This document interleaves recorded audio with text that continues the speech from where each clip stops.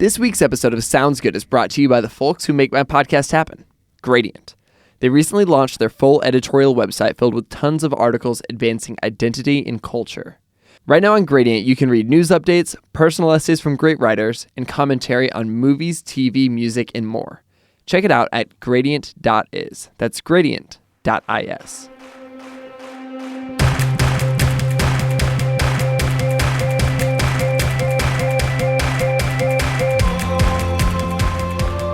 Hey everyone, Brandon Harvey here. Welcome to this week's episode of Sounds Good, the weekly podcast where I explore the lives, stories, and adventures of some of the happiest people in the world. Today I'm talking with Olympic figure skaters Maia and Alex Shibutani. The duo have been in the public eye for years because of their incredible talent at such a young age, but also because brother-sister teams are uncommon in the sport.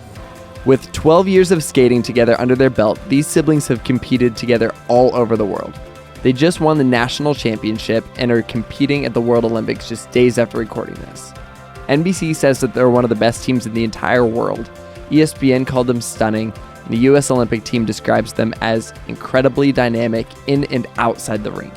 On top of all of this, I just think that Maia and Alex are some of the most genuine, interesting, and fun people I have ever met. I'm so excited for you to meet them. Let's jump straight into the conversation.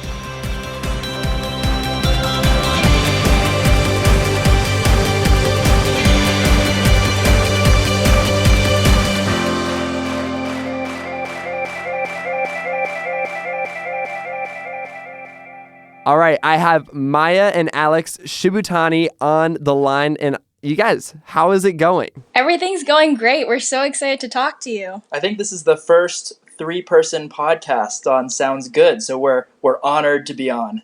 You're totally right. You guys are the very first duo that I've had on the show. So thank you for being here. Thank you for asking us. We're so happy to talk to you. You're the best. Well, thank you.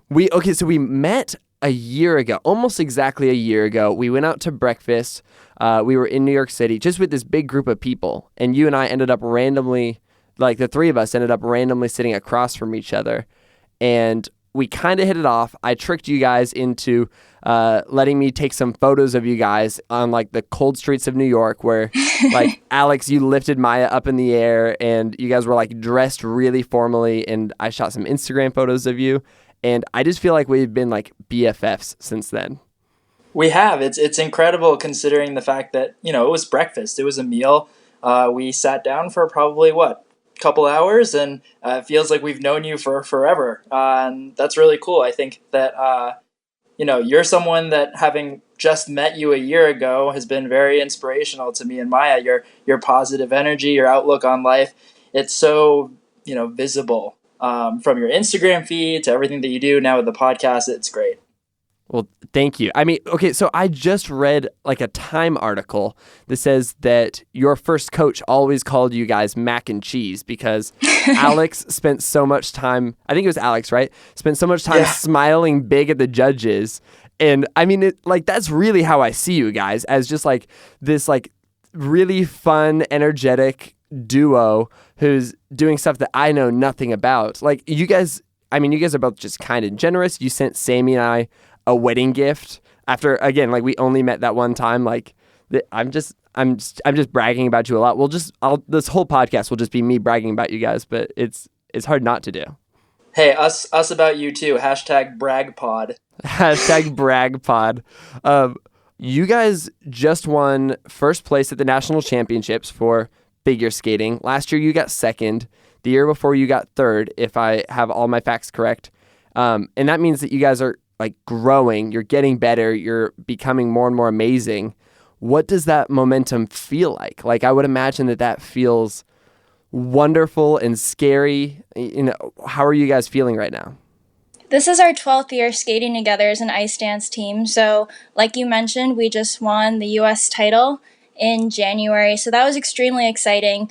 Our career has been a bit of a whirlwind, but at the same time, we've been working so hard. We have big goals and dreams, and really heading into the next Olympics in 2018, winning that U.S. championships was just really the perfect step for us. That is awesome. That's so fun.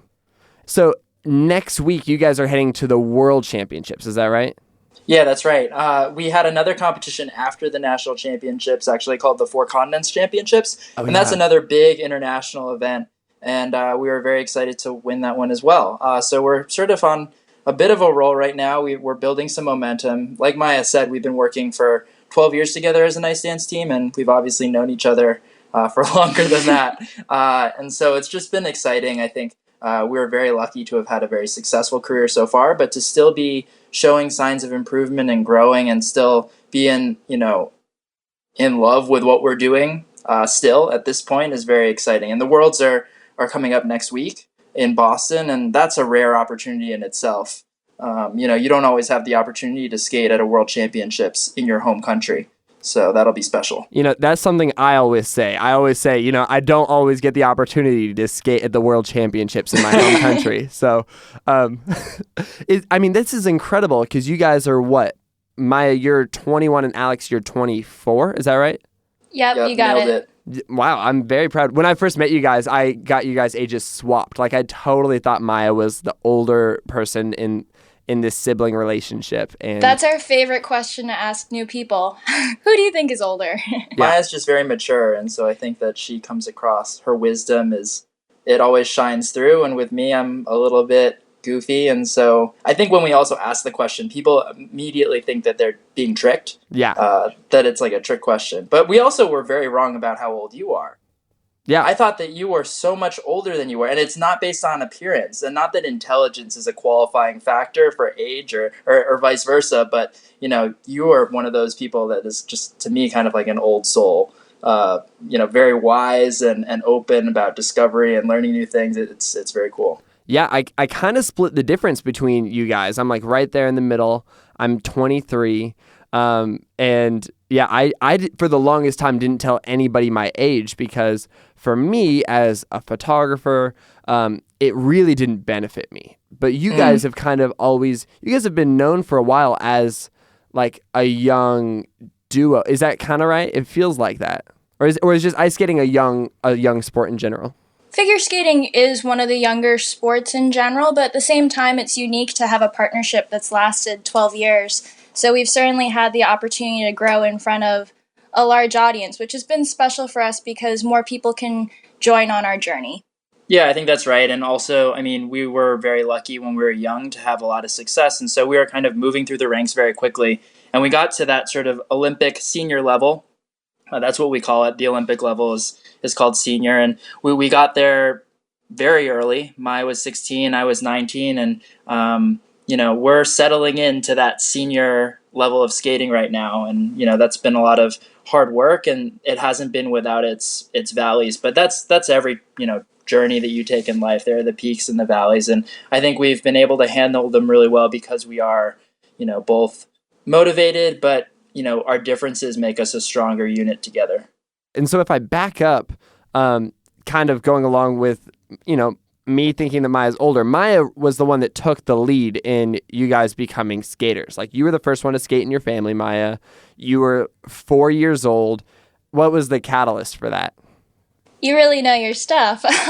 We grew up in Connecticut, and at that time, who knows, maybe still, figure skating birthday parties were really popular. You go take a few laps around the rink, grab a slice of pizza. So our parents were like, okay, this is a popular thing to do. Maybe it's a good skill so that they can actually have fun with their friends instead of clutch the boards. It was about avoiding social humiliation at a young age. It was a survival tactic to remain cool at school. But yeah, Maya was for sure the one that kind of latched on to the sport, to skating, before me. We both started off in the basic skills program, but really as soon as I stepped on the ice, I loved it. I loved the feeling, and it was something that I knew I wanted to pursue. I never really thought ahead to going to the Olympics right away, but it really just happened naturally for us. It seems like you started to take it more and more seriously, and like from what I understand, your parents...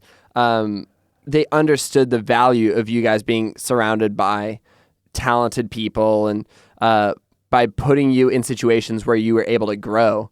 And they started just kind of bringing you to like elite level competitions. Is that right?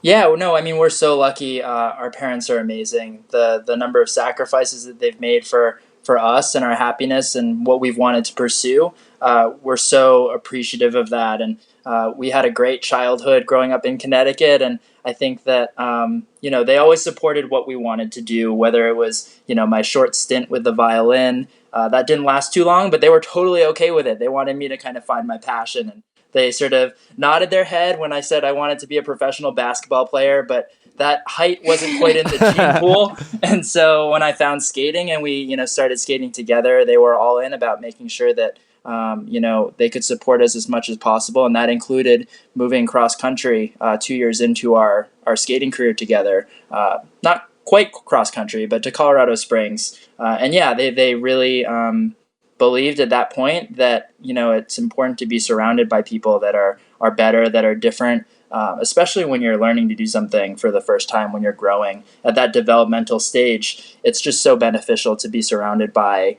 greatness, and that only helps you, establish yourself, especially when you're young. Yeah, I would imagine. And it seems to me that your parents really understood that because they were both professional musicians. They went to Harvard together, and they probably experienced that in their own careers and were like, well, let's give our kids a similar opportunity. Is that right? Yeah, I mean, Maya and I definitely didn't know how to go about developing the career that has sort of come, in our lives. I think we're so thankful and lucky to have parents that, went through various experiences themselves growing up as, competitive musicians and then students. But they've always let us kind of follow our own path. And we're very thankful also for the fact that Maya and I have been able to do this together. It's a unique thing that we've realized over the years that, two siblings can, first of all, get along. And then second of all, get to share these experiences that we've had over the past 12 years. Yeah. What is your secret to getting along, like not just with your sibling, but with somebody that you spend all day with, every day, that you compete with, that you work with? I think so many of us have those people in our lives who are just like with us like every single day, like a partner, a teammate. Like what have you guys learned in the process of, reaching the top in your field, but like working side by side?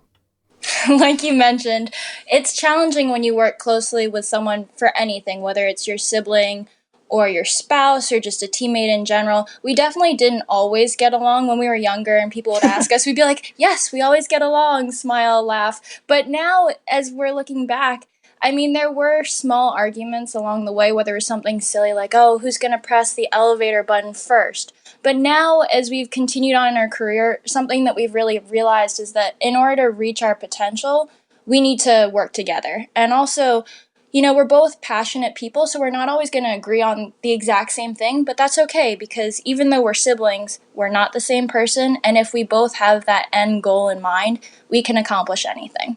Yeah, I think to sort of add on to Maya's point, she referenced the elevator button thing. Like, we're very normal brother and sister. I was so excited to have a little sister, and that was a really special moment in my life, because it's like, you find out that you're going to have a friend for the rest of your life, and that's really exciting. And I think that with Maya, we always had a good relationship. But whenever parents come up to us, they're always like, oh, my kids could never do what you guys do. My son would just drop my daughter, and they would be just, fighting all the time. We're very normal. We definitely have had our arguments. And I think that, like Maya mentioned, because we know that we're stronger together than we are apart, and we both love what we do, and we care about each other, it's so easy to get past those minor things, especially when it comes to the creative process. Because we're two different people, we bring different ideas to the table, and it's just so much better if you're open and if you're ready to listen. I love that last part where, when you come to the creative process, it's so great to have other people in the mix. In the process of creating this podcast, I've had a team of people who have been surrounding me, giving me awesome input, helping me kind of jump into things. Okay, wait. So I'll just tell you guys, when I was in college, I studied marketing and advertising. And okay. I took this one class that was just like an intro to advertising. But my professor was like a former ad executive, and instead of jumping straight into advertising the very first day, he jumps into this idea of open mode versus closed mode. And he starts talking about how the most important thing when you are coming up with ideas is to like have everybody in that environment. So in your guys' situation, it might be like you two, or maybe coaches or something, everybody in there who's just like willing to throw out the biggest, most ridiculous ideas. And oftentimes those ideas are terrible. Like they're ideas that are just like you would not want to say out loud, or they will never work, those things. But like throwing them out is super duper valuable.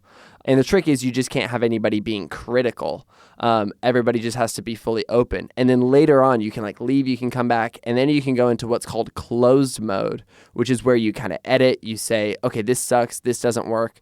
Let's refine this. What if we take this, twist this, tweak this? And that blew my mind on all creative collaboration that I started doing with people. Do you guys have any like creative secrets for ways that you collaborate as a duo or with coaches to create like the ridiculous fun stuff you guys create in figure skating? That's a great question. I think that I wish that we could say that, we have mastered the open, closed sort of pathway to collaboration. I think that because, we're so comfortable with each other, sometimes open and closed kind of blend together. You mentioned, sometimes you just shoot someone's idea down. That happens quite a bit with us, actually. So I don't know if we're the perfect role models because we have a very unique situation. But for example, I'm always the one that's throwing out tons of ideas, hundreds of ideas. And even I know that 97 of them are just not worth a second thought. But it's helpful to have everything out there on the table. And I think that with Maia and myself, we have our coaches who are, very helpful in guiding us, and their experience we really value as far as just making sure that they can prepare us to not only be physically in shape to perform our programs, but also creative, where we're trying things that really inspire us. And inspiration, I think, is a huge part of creativity. And it's not just, us and our coaches. We constantly seek inspiration from outside sources, even outside the skating world. I think that a word that you used, Brandon, was collaboration, and I really think that that's key in finding the very best product. There are people that can be very unique and have their own point of view, but for us, it's really important that we both speak up and bring our own ideas to the table, because then that really leads to our best together. Yeah, we learn so much from each other. Maia has her strengths and I have my strengths. And if we find sort of a direction where we aren't as familiar, like if there's a direction that we want to take our skating and we don't feel that we necessarily have all the answers, and that happens more often than not, we are totally open to pursuing working with someone, or, working with a choreographer who's never even stepped on the ice before. Even meeting you in New York City, as random as it was, those things in your life really draw back to the ice for us. The experiences that we have meeting new people, people who are excellent at what they do, because everyone is excellent at something. You talk to people and they're like, oh, like I don't really know what I'm good at. Like, no, that's not true. Everyone is very good and has a talent for something, and it's about uncovering that. And, I think that Maya and I are probably pretty good at recognizing the talent in other people. And, if we can help each other and if we can utilize that energy, I think that's been a huge part of our success, especially over the past couple of years. I love that, you guys. I love that you guys are just taking all of these different pieces of inspiration from all around you. And it seems like that's hugely valuable it's been hugely valuable in getting you guys to where you're at. Like, totally. Something that I really love about you two is that you seem to defy conventions wherever you can. And figure skating, to me, as somebody who's outside of it, seems like something that's maybe full of conventions historically. And you guys seem to just kind of go in and shatter those in a really creative way that's obviously led you to success. Like, you guys skated an entire season to Michael Jackson, and you alluded to this before, but you guys actually worked with Michael Jackson's choreographers, which is crazy. And like, you guys just crushed it to a Coldplay song. Like, tell me a little bit more about like choosing to go in and kind of break some, I don't know if this is breaking traditions, but you're definitely doing something that other people aren't doing.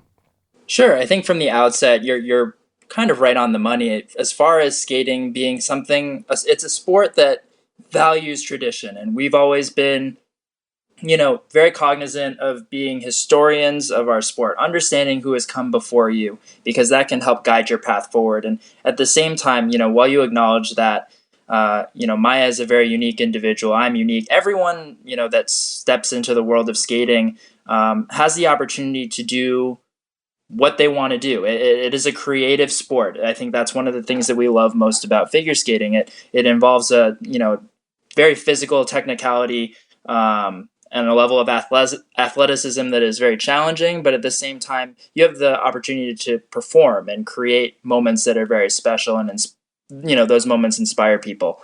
I think as far as collaborating with other people, that has been a big part of our journey. And to begin with, I guess backtracking quite a bit, we knew that when we were going to start skating together, there were not very many brother and sister ice dance teams. And one of the questions that we get asked all the time is, like ice dance in particular has a sort of a track record, a history for being romantic. Like, it's kind of the buzzword of the Olympic Games, because we experienced our first Olympic Games in Sochi.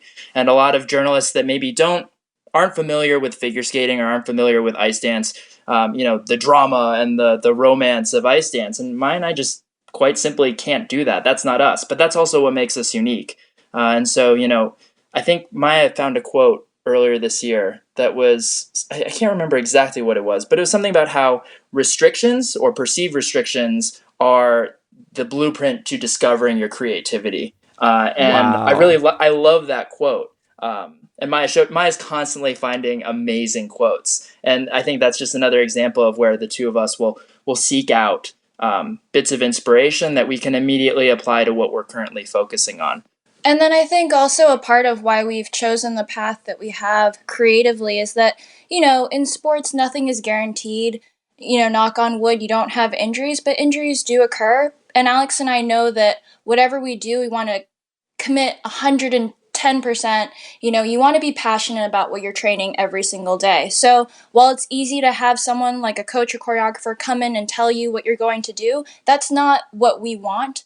We want to be able to really make an impact and share our skating and whatever story or type of movement. We want to be able to really truly share parts of ourselves with the audience. We definitely want to leave a mark. I don't think legacy is a word that is correct, but we definitely want to look back 20, 30, 40 years from now on our skating career and this very special time that we've been experiencing in our lives, and just be very proud of what we did and that we, did it our way. And I think, when you're young, it's kind of hard to do that because you don't have the confidence. And definitely some of the experiences, going to the Olympics was a turning point, I think, in both of our lives, opening up the world. The Olympics is something that brings people from everywhere together. And that's, one of the things that's so great about sport.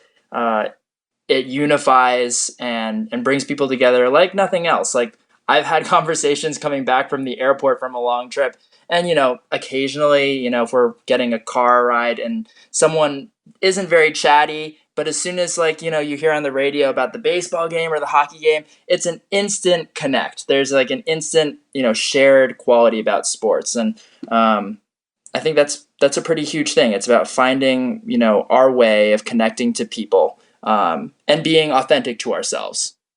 I think you guys are wonderful at that. Like, I can think of so many examples, but just the fact that you guys are like skating to Michael Jackson or Coldplay, like I could be flipping through channels. I could be watching the Nationals on NBC and you guys pop up and I'm like, wait, that's Coldplay. I love that song. And I'm like, wait, this is figure skating. And it's so funny because you're bringing people together around this sport that people don't know that they love until they pay attention. And now I'm like, I was watching one of your performances yesterday. I work at this awesome co-working space in Nashville. So there's just like all these creative people who work there. And somebody walks by, they're like, "Are you watching figure skating?" And I'm like, "Yes, and you need to watch too." And I like took out my headphones, started playing like the music and stuff, and people started gathering around. Like, you guys do cool. Something really special with what you do. And do you feel like that's something that you're intentionally doing? You're trying to get people interested in this thing that most people they don't grow up being interested in? I think figure skating is one of those things that is sort of oddly, there's a geographic component to it. I mean, if you grow up in Florida and the weather's beautiful outside, you're not going to find yourself in an ice rink. We've lived in cold climates our entire life, and so there's a little bit of chance to your involvement or understanding or even interest in a sport, a winter sport like figure skating. It's definitely a focus that as we've gotten older and we've realized that, with our accomplishments and our level of success, it's a responsibility to be ambassadors, whether it's representing your country abroad, representing your sport. Figure skating is one of those sports that, could qualify as a once in every 4 year sport. And it's an Olympic sport where, if it's on during the Olympics, everyone watches. But, there are 3 other years in between the Olympic Games where we're all still working just as hard as we are the Olympic season. We're all still coming up with amazing stuff. And I think figure skating goes through, sort of like every sport, goes through phases. And right now, if you were to name current athletes, current skaters, I think, it's a little bit harder. If you were to just go on the street and ask someone, name a figure skater that's competing right now, people could say, Michelle Kwan or Dorothy Hamill or Christy Yamaguchi or, even Tanya Harding. But I think one of the things that Maya and I are trying to accomplish with our skating and, even social media, the beauty of social media is being able to connect with people. And I think that's such a great story.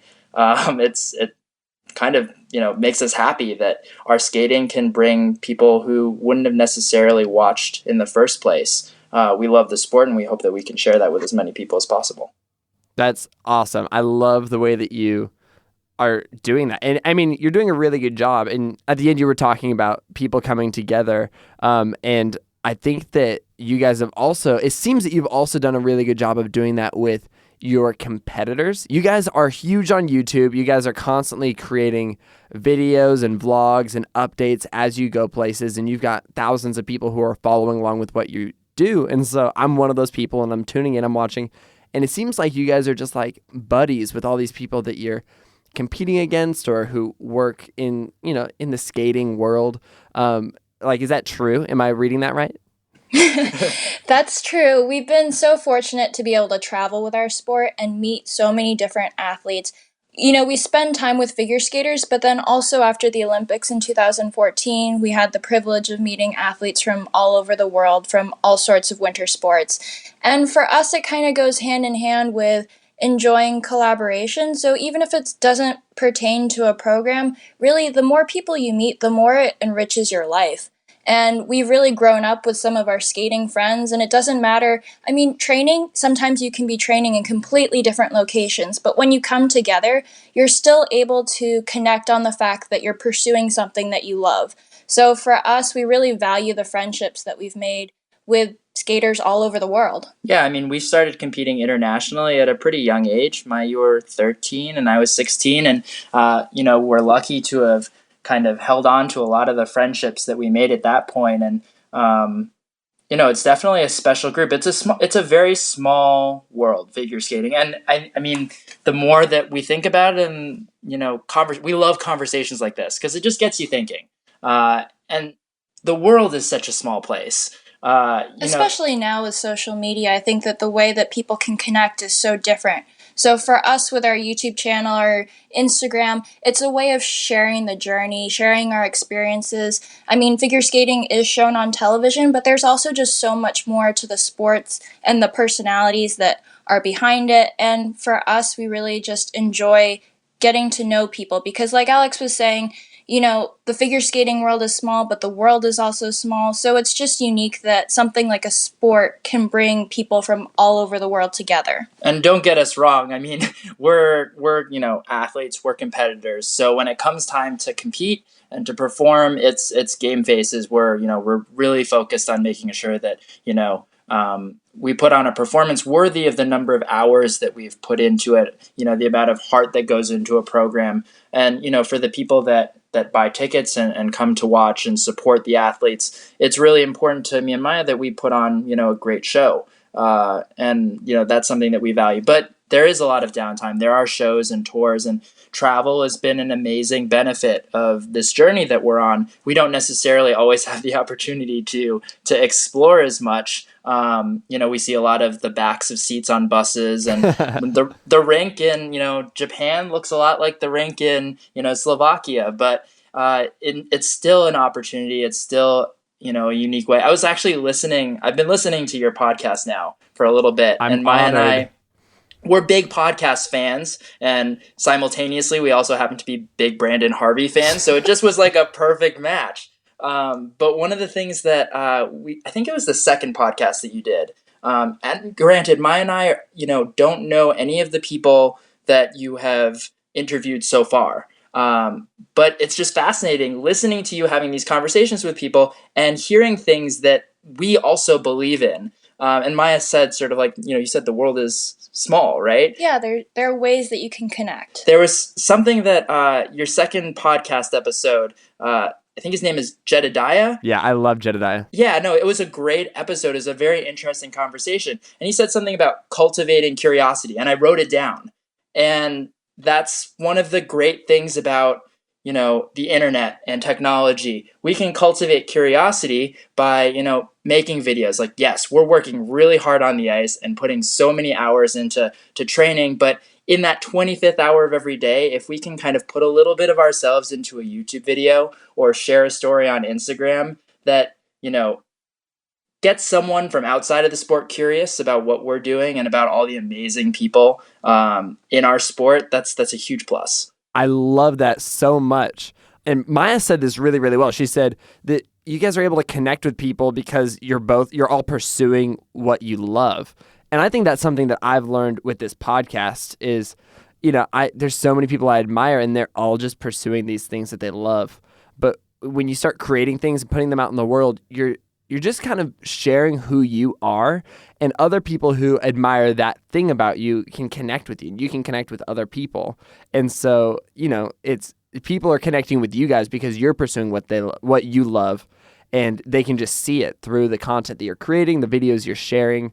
And it's cool that works. Within the skating world, you guys can connect with your competitors because you're pursuing what you love, but you could also connect with people who are pursuing totally different things that aren't skating at all, because it all comes down to this drive of people chasing after their dreams and doing it with, especially, I think that one of the big reasons I'm drawn to you guys is that you're chasing your dreams, like you're pursuing these things, but you're doing it with integrity, you're doing it with a people first mentality, and you're just loving people well along the way.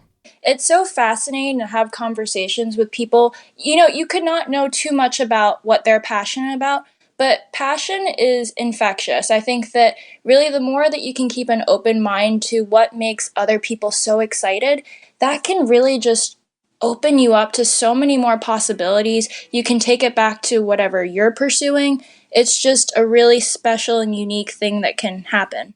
Totally.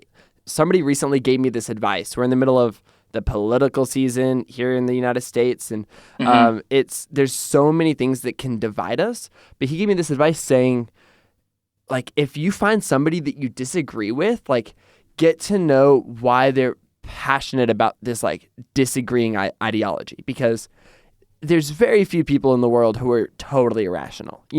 If you get to know somebody's story, you can understand why they're behaving the way that they are.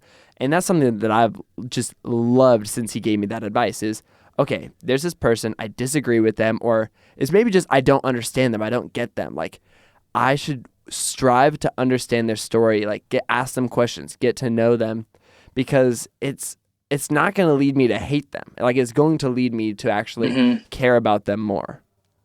Yeah, no, I mean, just like Maya earlier today, she's like, I disagree with this guy that I'm skating with. I should get to know him a little bit better, and we can maybe figure out how to get past this speed bump and, make something really productive and amazing happen.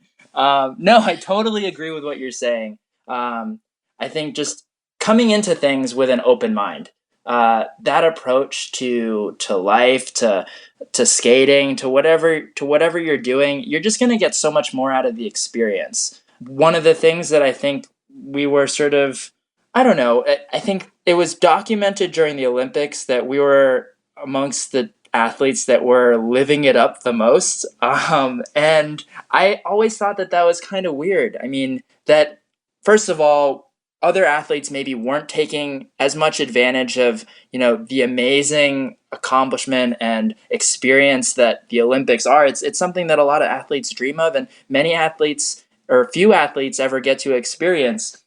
It was always kind of striking and strange to me that that was newsworthy. That so novel that, you know, two people who are, you know, living life and enjoying it could be enjoying it, you know, so much, and that was amazing. But I guess maybe that's some of the reasons why, you know, we appreciate your passion for what you do and the storytelling that you do.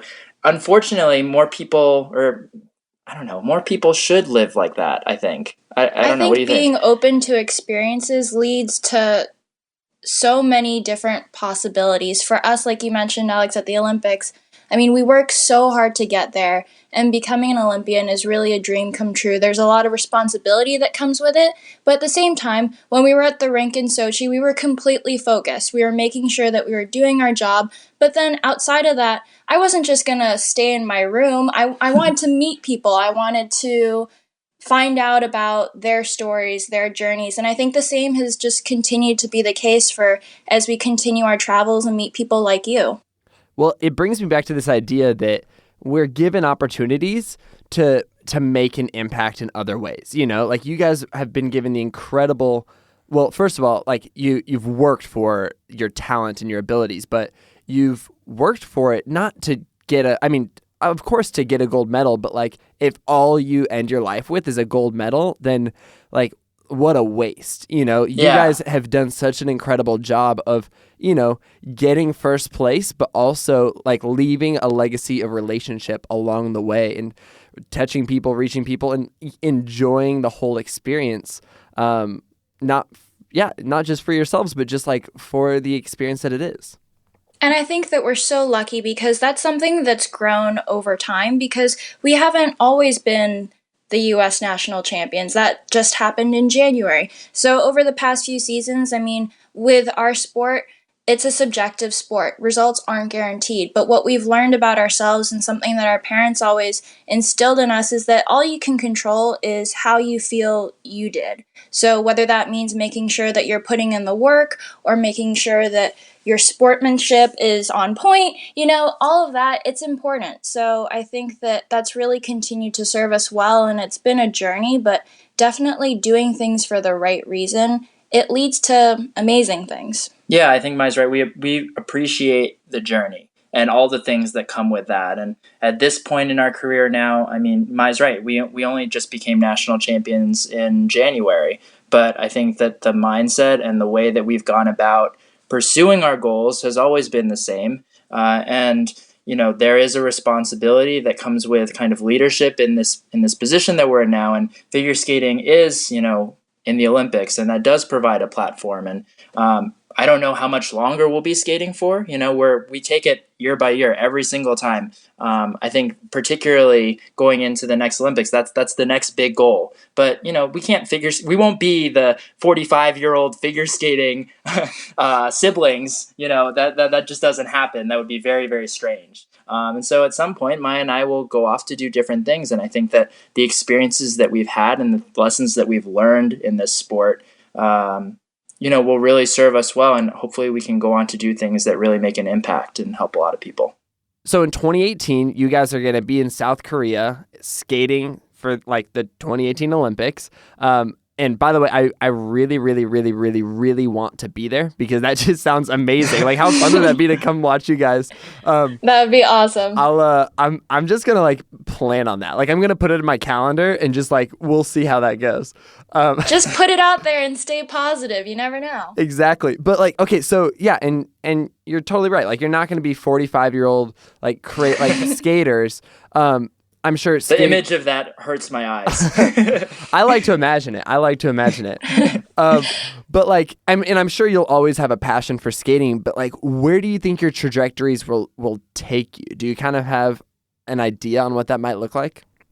I think to start with, you know, we certainly hope that we'll be at the 2018 Olympic Games. The way our sport works, you know, there's the national championships every January, and you know, previous results are taken into consideration, but it'll come down to, you know, how we perform at the national championships in 2018. That being said, Maya and I have been working really hard, and we're only getting better, and we're excited about the future. So yes, we do hope that we'll be in 2018 at the Olympics, and we hope that we'll be hanging out with you there too. That would be awesome. But as far as, you know, plans down the road, I definitely think that, I never imagined when I was in middle school, when high school, at that age, when people start talking to you about like professions. When you're 5 or 6 years old, it's okay to say like, I want to be a professional basketball player, even if you know that you won't be a 6'8" power forward. It's okay to say that. But, around middle school, high school, kids start talking about their interests, and skating was one of those things that sort of separated me from that natural process. Because we were so invested in skating, we were spending a lot of time. We were going to school half days. We managed to graduate from high school. And it's unique to find something that you're passionate about from a young age. Yeah, and for us, that was figure skating. And so looking beyond that, it was very hard to do. And, I took my love of basketball and my fandom for sports and all of that, and I assumed that it would sort of take me in a direction where I would want to enter sports journalism, telling stories, writing stories about sports, hanging out with all my favorite, athlete superstars. And over the course of the past, 6 years, I've kind of shifted gears. I think that one of the things that Maya and I have been able to learn about ourselves is that we love, telling stories, and we don't get the opportunity to do it as often in a traditional sense as we would like with our YouTube channel and, Instagram. But I think that figure skating and what we do with the creative process with programs is very much like storytelling. Yeah, with our programs, we have 2 every season. And especially since we like to be involved in the creative process and we take it so seriously, it really becomes something that you develop and then decide to put out there and share with the world. So storytelling is definitely something that we're both interested in. And, as an athlete, it gets easy to get stuck in the daily grind and focusing on the next goal or the next thing you want to improve. But for me especially, I think that leading into the next Olympics, I really just want to keep an open mind, because you never know who you'll meet, who you'll talk to, and how that'll just change your entire perspective on life. That's incredible. What a cool experience it'll be for you guys to, at one point when you decide to take that step away from skating, to kind of have the opportunity to like rediscover a new passion, to pursue something new. And like, you kind of already know in your life, I'm going to take a shift. Like, I'm going to make a change. And I think we all make changes over the course of our careers. Like, just in the creative world, like, I used to think that I was going to be like a wedding photographer because I shot a few weddings. And like, I'll probably never shoot another wedding again. But it was that, there's still a similar trajectory of like wedding photography was telling stories. Now I'm telling stories in a totally different way. For you guys, like, I don't know. I just think that there's a lot of people out there who they see that sort of change as something scary, but most people do have a change like that, whether they know it's happening or whether it sneaks up on them. And what a cool thing that you guys just kind of know that that's going to come when it comes.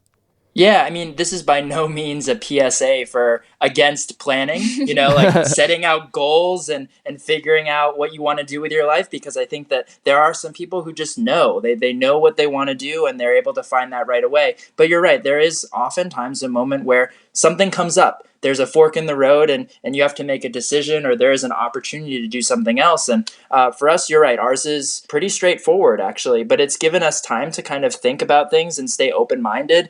That just, I think we have a theme of this podcast, but staying open-minded to new opportunities and new ideas, and not letting anything shape, the way that we envision our future. And we've really learned that if you pursue something passionately, then that's the best way to live, really.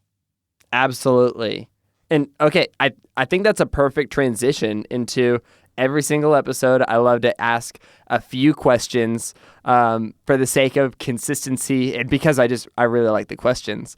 So my first question for you guys, and you already know this, is how would you describe the kind of person that you most admire in the world? You've traveled the world, you've met all kinds of people from all different cultures, all different backgrounds. Like, what kind of person do you most admire in the world?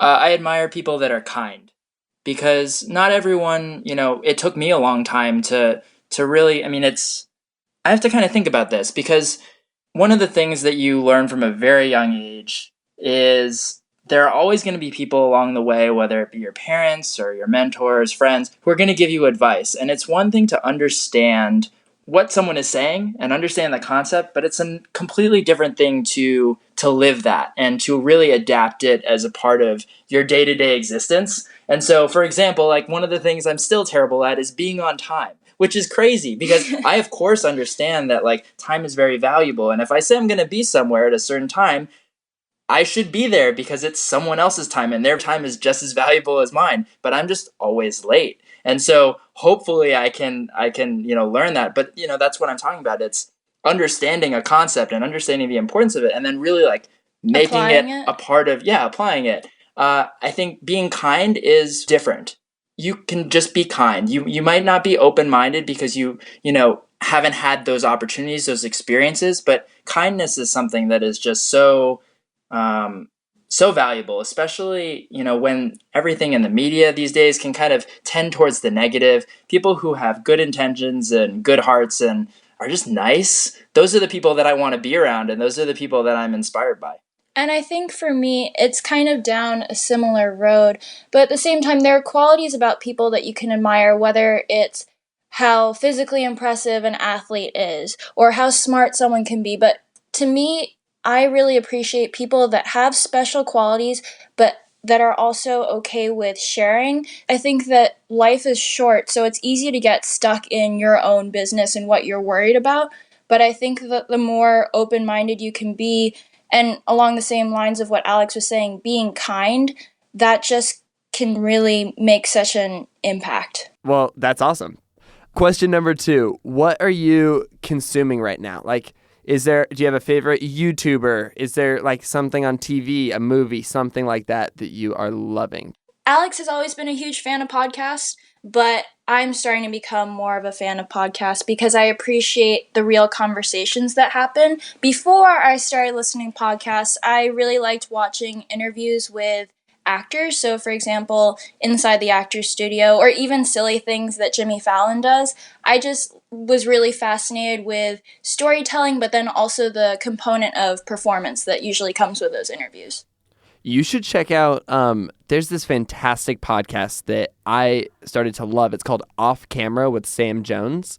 Yes, I was telling Alex about this the other day. Yes, I love that. I've been watching those YouTube videos. Yeah, You have no idea how lit up Maya's face just got. She's been bugging me about Off Camera, and I haven't had a chance to take a look. And the fact that you mentioned it just completely confirmed her delight over that show. That's amazing. So they've got the video version, but then there's the podcast version. And it's just, the cool thing is Sam Jones he's just a photographer who has these relationships with all these different celebrities he's photographed over the years for major magazines and publications. And so his conversation with these actors is so fascinating to me.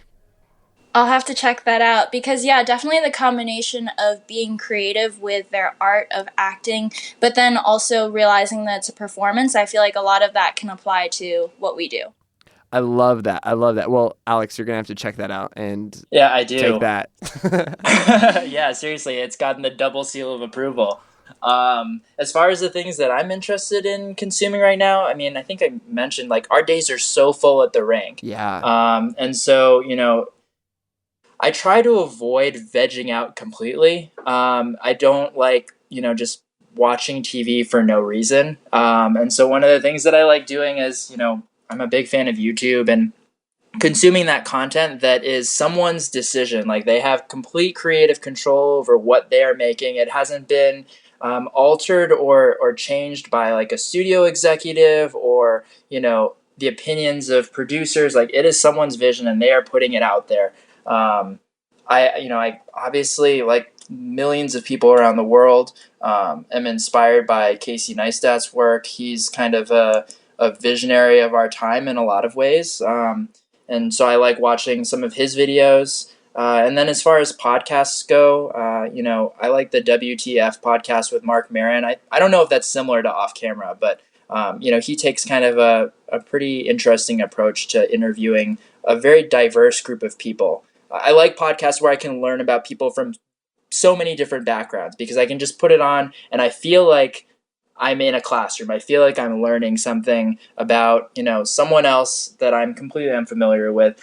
it doesn't have to be a podcast interview with a big name. I almost prefer that I have no idea who the person is. Those are fantastic. I love Casey Neistat so much. My wife and I watch him while we eat lunch a lot of times. Okay. And his vlogs are just long enough to do that. And then Mark Maron is fantastic. Like, he's an expert interviewer, and I think it's because he comes from such a, like, he's able to disarm people with humor in a really, really compelling way. And I mean, one of his best interviews ever was his conversation with Barack Obama about a year ago. Yeah, totally. I think that there is something about people who are, I mean, good storytellers are just a joy to listen to, whether they're a stand-up comedian. Another podcast that I'm a big fan of is You Made It Weird. Oh, man, by me too. Pete Holmes. Pete Holmes is great. We had the opportunity. I've been a big fan of Pete Holmes and just like his stand-up comedy, because like skating is stressful. You know, there's always nerves, and so one of the ways that I would handle it when I was younger was just listening to stand-up, something that would make me laugh, whether it was stand-up or we would watch SNL, something that could just get us giggling and having a good time and remembering why we love skating. You know, something that's just keeping it light. And we had the opportunity to do Pete's show, the Pete Holmes show, before the Olympics, and that was like really cool because we were both big fans of him to begin with. But you know, his podcast is great because, again, like Mark's, I just called Mark Maron Mark. We're not on a first name basis. Not but yet, like anyway. Not yet. Like Mark Maron's podcast, you know, he just has a very unique way of connecting with people, and that's why podcasts like this one are, I think, so important. I'm constantly sharing things that I hear on my own listening time with Maia, and I'm sure people are doing the same thing with yours. Well, that's super nice, guys. Thanks. My last question is, based off of the ways that you've chosen to step out and live differently in your life, what's one thing you'd encourage someone else to do in their own life today? I think that a theme of our conversation has been being open-minded. I think that a lot can go into being open-minded, whether it's believing in yourself or not closing any doors. I just think that whether it's talking to people that you wouldn't normally, it can lead to great things. Yeah, simple interaction. You know, everyone's going about their daily lives. Everyone has things to do, but taking a moment to, you know, have a little conversation with someone at the checkout counter at the grocery store is meaningful. You know, just putting a little bit of positive energy out there, it makes yourself feel better. It makes that person feel better. Too often, I think everyone's, you know, got their noses like stuck to their phones, you know, staring at things that are happening as opposed to, you know, being the change, making a difference in a way that is very simple and very easy to do. You guys, I love that. You guys are so inspirational and amazing, and I just love the way that you actually live that out all over the world. If people want to follow along with what you're doing, if they want to like watch your amazing figure skating, if people want to check you out, like where can they do that?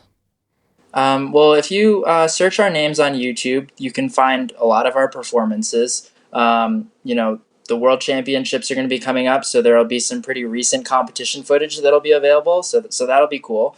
I think Twitter, Instagram, both of our names spelled out correctly, generally get you to the source where we're updating kind of the world with what we're up to. And then our YouTube channel, ShibSibs, and then we also have our Snapchat account, ShibSibs. We're pretty much on every platform if you search Maia Shibutani, Alex Shibutani, or ShibSibs. And I guess a little backstory with ShibSibs is we're the Shibutani siblings, so hence ShibSibs. That's probably why we first connected, is because you guys are so good at social media, and so you guys live such an interesting life that I just love following along with what you're doing.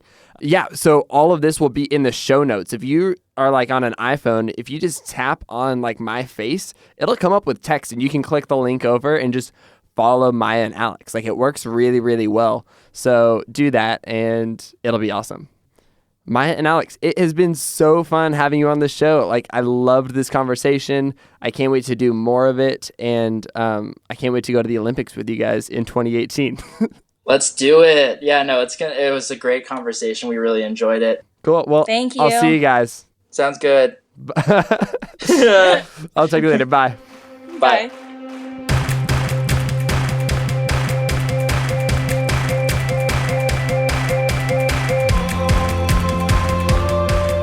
Sounds Good with Brandon Harvey is part of the Gradient Podcast Network and is created in collaboration between me, Brandon Harvey, and Gradient. Find them on Facebook and Twitter at Gradient.is. That's Gradient, Gradient.is. Follow along with my story on Instagram, Twitter, Snapchat, and Facebook. My username is simply @BrandonHarvey. That's Brandon with an EN. And if you go to my website, BrandonHarvey.com, you can sign up for my weekly good newsletter where I highlight 5 of the most hopeful things that happened around the world. Make sure you hit the subscribe button wherever you listen to podcasts and take a minute to write a review on iTunes. And that's it for this week's podcast. I'll see you next week when we get the opportunity to learn from another incredible person. Sound good?